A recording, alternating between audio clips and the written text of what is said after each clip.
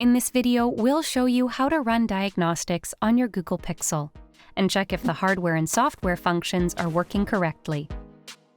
Kick things off by opening the phone app on your Pixel and enter the code provided on the screen to access the Pixel Diagnostics app.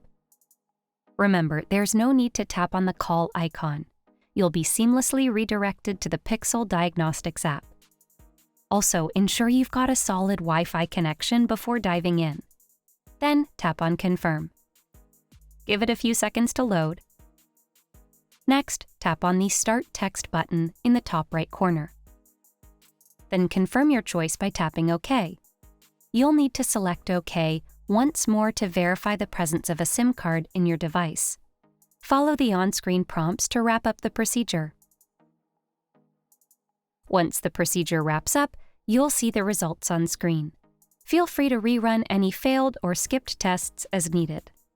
This video will help you determine if your Pixel needs a repair. For more awesome tech videos coming your way, subscribe to Guiding Tech and dive into one of these videos curated just for you.